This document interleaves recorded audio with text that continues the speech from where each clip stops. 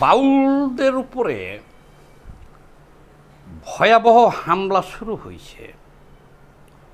একযোগে খালি মানিকগঞ্জ না, তবে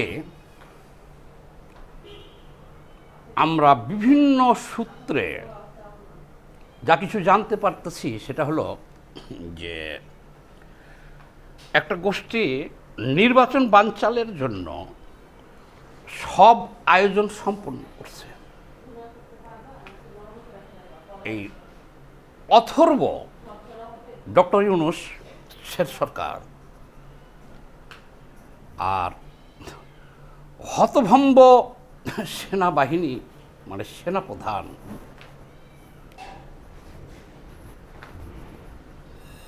তারা এই 15 মাসে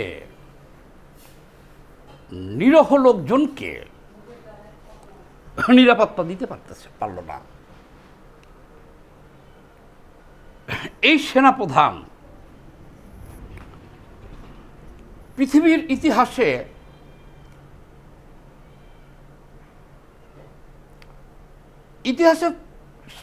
যত সেনাপ্রধান আছে বাংলাদেশে, অন্য দেশে বাদই দিলাম, তাদের পাশে এই সেনাপ্রধানের নামটা লেখা উচিত হবে না।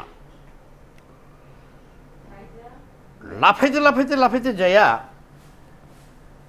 সেনাবাহিনী প্রধানের দায়িত্ব নেওয়া কি খালি নিজের বাড়ি গাড়ি সুখ স্বাচ্ছন্দ্য পরিবার পরিজন আর তুলতুলে চেহারা, এটা কি সেনাবাহিনী প্রধানের কাজ? দুর্যোগ মুহূর্ত যখন নেমে আসে কোনো দেশে, কোনো দেশের সরকার যখন ফল্ট করে, সেই দেশের সমস্ত মানুষের জানমালের নিরাপত্তা সেনাপ্রধানের হাতে চলে যায়। হায় হায় রে, এ হলো আমাদের সেনাপ্রধান।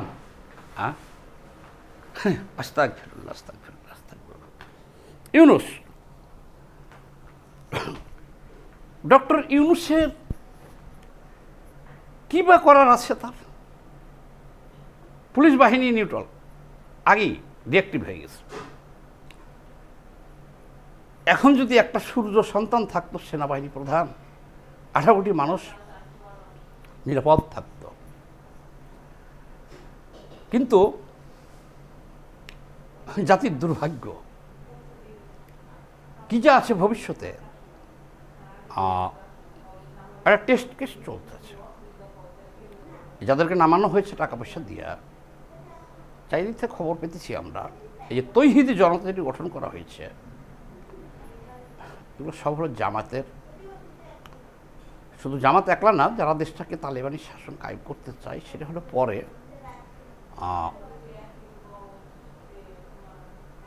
নির্বাচন যারা বানচাল করতে চায়, কাজ শুরু হয়ে গেছে এবং সাকসেসফুল তারা।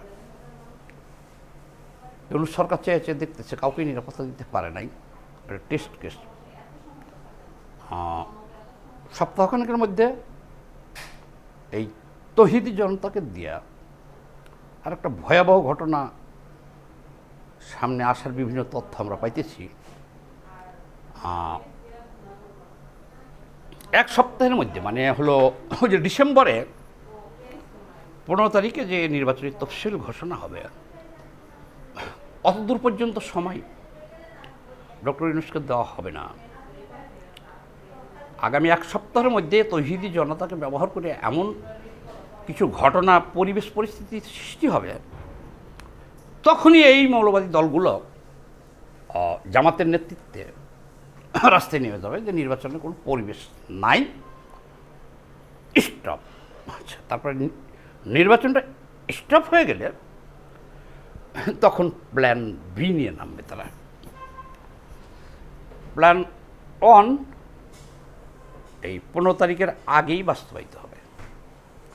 প্ল্যান বি তখন হৈ হৈ করে সব নেমে পড়বে, চরমনাই জামাত সহ তৌহিদি জনতা। দেশে কোনো আইন শৃঙ্খলা নাই, নির্বাচন বন্ধ। আর নির্বাচন বন্ধ হওয়ার পরে প্ল্যান সি মানে হলো জিহাদ হয় ইসলামী শরিয়া কায়েম, মানে ব্যাপক একটা কিছু ঘটার আভাসটাই দিতে পাইতেছি। দেশে যে সরকার আছে কি নাই কেউ কি বুঝতে পারতেছেন? তৌহিদি জনতা যেখানে যা ইচ্ছা করতেছে তারা, কিন্তু এদেরকে বাধা দেওয়ার মতো ক্ষমতা পুলিশের, সেনাবাহিনীর আরও আছে। দেখতেছেন বেশ কয়েক শেখ হাসিনার রায়ের পর থেকেই দেখতেছেন সেনাবাহিনীকে গালাগালি করতেছে, পুলিশের গালাগালি করতেছে। এখন সর্বময় ক্ষমতার মালিক হলো তৌহিদি জনতা। এখন বাংলাদেশে এই তৌহিদি জনতাকে ফান্ড দিলে সব কিছুই করা সম্ভব এবং হচ্ছে এবং ওদিকে যাচ্ছে দেশটা। যাক, এখন আমাদের চেয়ে চেয়ে দেখা ছাড়া তো আর কিছু করার নাই। সবাই ভালো থাকবেন, ধন্যবাদ।